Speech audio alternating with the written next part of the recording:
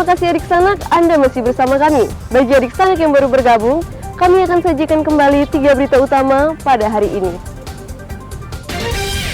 Begal jalan lintas Bengkulu Lubuk Linggau ditangkap jual narkoba ke polisi Myanmar.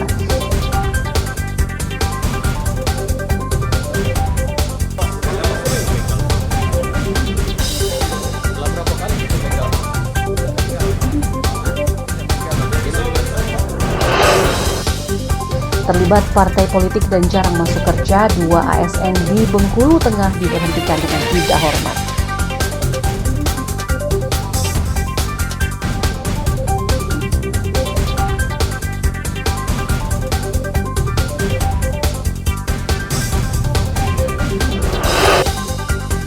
Tim sepak bola Bengkulu Optimis lolos ke Porwil Sumatera ke-11 di Pekanbaru dan PON ke-21 di Sumatera Utara dan Aceh.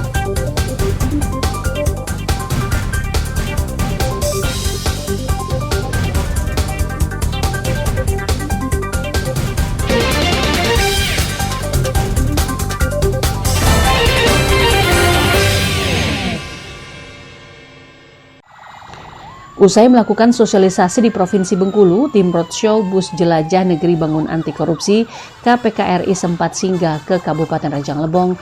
Mereka disambut antusias ribuan pelajar SMP dan SMA di Kabupaten Rejang Lebong. Salah satu guru SMP, Nani Widyastuti, mengatakan ini adalah instruksi Dinas Pendidikan setempat, hanya untuk menyambut iring-iringan Bus Jelajah Negeri Kota yang akan melanjutkan roadshow-nya ke Pulau Jambi. Rame-rame bersama siswa dalam rangka apa nih, Bu? Kita ini diinstruksikan dalam rangka menyambut tim KPK dari pusat untuk memberikan pembelajaran supaya anak-anak mengenal apa itu KPK. Ini instruksi dari mana, Bu? Ya? Instruksi dari mana? Kalau kemarin instruksi dari Dinas Pendidikan. Apa bunyi instruksinya, Bu? Kalau kita hanya meneruskan ini, kalau kebetulan kami hanya meneruskan. Setiap sekolah berapa siswa Kalau itu? SMP 5 diminta 300 orang, Bu, ya. Sepengetahuan kita berapa sekolah, Bu? Kita sekolah negeri dan swasta yang ada di sekitaran bundaran sampai ke. Nah, ada usaha ini, kulur-kilir ya. Selain sekolah kita, ada sekolah mana lagi sepengetahuan kita nih, Bu? Ini hanya SMK, kemudian SMA 1, SMP 1, MTS baik. Udah tahu nih kenapa ngapain kita ngumpul-ngumpul di sini, Dek? Katanya mau ada penyambutan dari KPK. Cuman itu aja. Tidak ada instruksi-instruksi lain, arahan lain dari sekolahnya. Disuruh Iyalah apa? Duta anti korupsi. Duta anti korupsi. Ini udah diajarin di sekolah atau sudah diajarin untuk penyambutan ini aja? Ya. Oh, tentang KPK sedikit tahu lah ya. Satgas Ditsoskam KPK RI Adi Setio Tamtomo mengatakan roadshow ini untuk mengedukasi serta mensosialisasikan pendidikan anti korupsi ke seluruh lapisan masyarakat termasuk pelajar. Sementara untuk pelajar materinya akan disampaikan melalui para guru. Kunjungan kita ini kan tujuannya tadi strategi pemberantasan korupsi itu ada 3, pendidikan anti korupsi, pencegahan anti korupsi, dan terakhir penindakan anti korupsi. Nah, kita konteksnya yang pertama, pendidikan anti korupsi, di mana itu kita melakukan sosialisasi, kampanye, dan kita menyampaikan bahwa dalam mencegah korupsi itu kita juga perlu menyiapkan generasi yang akan masyarakat. Begitu. Target kita kemana, Pak? Target kita ke sekolah, ke masyarakat, ya ke semua stakeholder, termasuk juga pemerintahnya juga kita edukasi sebenarnya. Kami kan diisi kemarin dari ASN, DPRD, perwakilan kepala daerah, Kota Bengkulu, dan juga di kota-kota selanjutnya seperti itu juga. Termasuk kita menggunakan pelajar juga. Pak, ini kan pelajar tidak hadir, Pak. Cuman pelajar cuma menyambut di pinggir jalan ya, Pak. Karena harus meninggalkan sekolah. Ini seperti apa tanggapan dari KPK Ya, sendiri, Pak? pesan-pesannya intinya sudah kami sampaikan juga ke guru-gurunya. Kemarin juga ada perwakilan di provinsi kita undang, intinya pentingnya pemberantasan tindak pidana korupsi sejak dini. Jadi sejak sekolah, sejak Usai mampir beberapa jam di rumah dinas Bupati Rejang Lebong, Bus Jelajah Negeri Bangun Anti Korupsi KPK langsung melanjutkan perjalanannya menuju Kabupaten Sarolangun, Provinsi Jambi. Rizky Mardani melaporkan dari Rejang Lebong. Pemerintah Provinsi Bengkulu Senin pagi menyerahkan dana bantuan sekitar 3 miliar rupiah kepada 11 partai politik. Ke-11 partai tersebut adalah parpol peserta pemilu 2019 lalu yang memiliki keterwakilan di lembaga legislatif.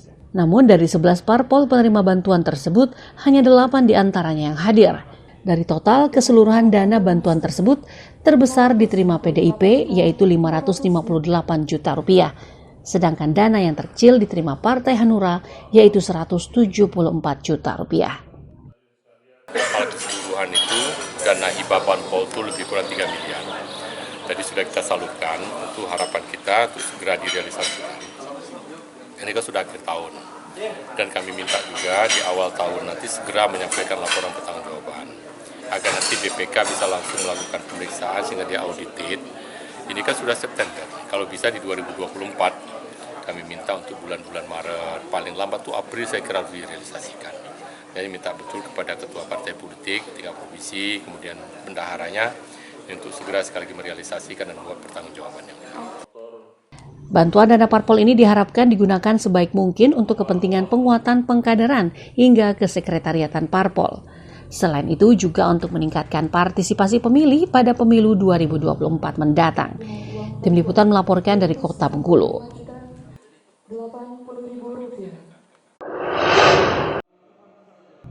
Dua ASN pemerintah Bengkulu Tengah yang melanggar peraturan pemerintah nomor 94 tahun 2021 tentang disiplin pegawai negeri sipil resmi akan diberhentikan. Terkait pemecatan keduanya yang sudah diterbitkan oleh Bupati beberapa waktu lalu, Kepala Badan Kepegawaian dan Pengembangan Sumber Daya Manusia BKP SDM Bengkulu Tengah Apiles Lipi mengatakan, dua ASN tersebut seorang bekerja di Dinas Pekerjaan Umum dan Penataan Ruang, sedangkan satu lainnya di Rumah Sakit Umum Daerah. ASN yang bekerja di Dinas PUPR tersebut terlibat partai politik dan akan mencalonkan diri sebagai bacalek DPRD pada pemilu 2024. Sementara ASN yang bekerja di RSUD itu tidak pernah masuk kerja lantaran menjadi TKI di Malaysia. Jadi karena kemarin sudah turun dari pemerintah Bengkulu Tengah, dari Pak Bupati dalam hal ini penandatanganan terhadap pemberhentian S2 pegawai negeri sipil terkait pelanggaran disiplin. Hari ini BKPSDM menindaklanjutinya dengan membuat surat panggilan kepada dua PNS tersebut. Jadi kita panggil secara resmi dalam hal penyerahan SK pemberhentian terhadap dua pegawai negeri tersebut. Setelah hari ini kita buat surat pemanggilannya, kita serahkan. Mudah-mudahan dalam jangka waktu 6 hari ke depan yang bersangkutan datang, baru kita serahkan terkait dengan SK pemberhentian sebagai pegawai negeri tersebut. Surat pemberitahuan untuk menghadiri penyerahan SK pemberhentian tersebut telah dilayangkan kepada yang bersangkutan. Pemanggilan berlaku hingga 6 hari ke depan dan apabila ASN tersebut tidak hadir, pemecatan dengan tidak hormat itu tetap akan dilakukan. Tim Liputan melaporkan dari Bengkulu Tengah. Dewan Perwakilan Rakyat Daerah Bengkulu Tengah mendesak pemerintah setempat segera mengisi jabatan kepala dinas di 6 organisasi perangkat daerah atau OPD yang saat ini dijabat oleh pelaksana tugas. Menurut Ketua DPRD Budi Suryantono, kinerja di 6 OPD tersebut akan terhambat dan program strategis pembangunan daerah juga tidak akan berjalan maksimal. Hal ini terjadi karena sejumlah kebijakan yang bersifat strategis, baik pada aspek organisasi, kepegawaian maupun alokasi anggaran, tidak bisa diputuskan oleh kepala dinas yang ada dijabat oleh seorang pelaksana tugas. Mutasi itu sebenarnya hak prerogatif dari Bupati sendiri. Namun kami sebagai pihak ataupun sebagai pengawasan, kami sangat prihatin melihat hal-hal yang terjadi sekarang ini. Apalagi banyak jabatan-jabatan kepala OPD, eselon 2, eselon 3, dan eselon 4 itu kan jabatan-jabatan mereka di teknis semua. Yang tentunya semuanya tergantung dengan kinerja dari mereka untuk memperjuangkan mereka.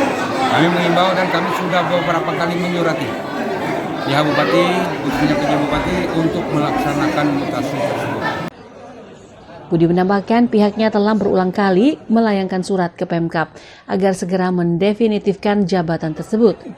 Namun sayangnya surat itu belum direspon oleh Bupati. Padahal sebagai kabupaten paling bungsu di Provinsi Bengkulu, masih banyak yang harus dibangun dan dibenahi. Tim Liputan melaporkan dari Bengkulu Tengah.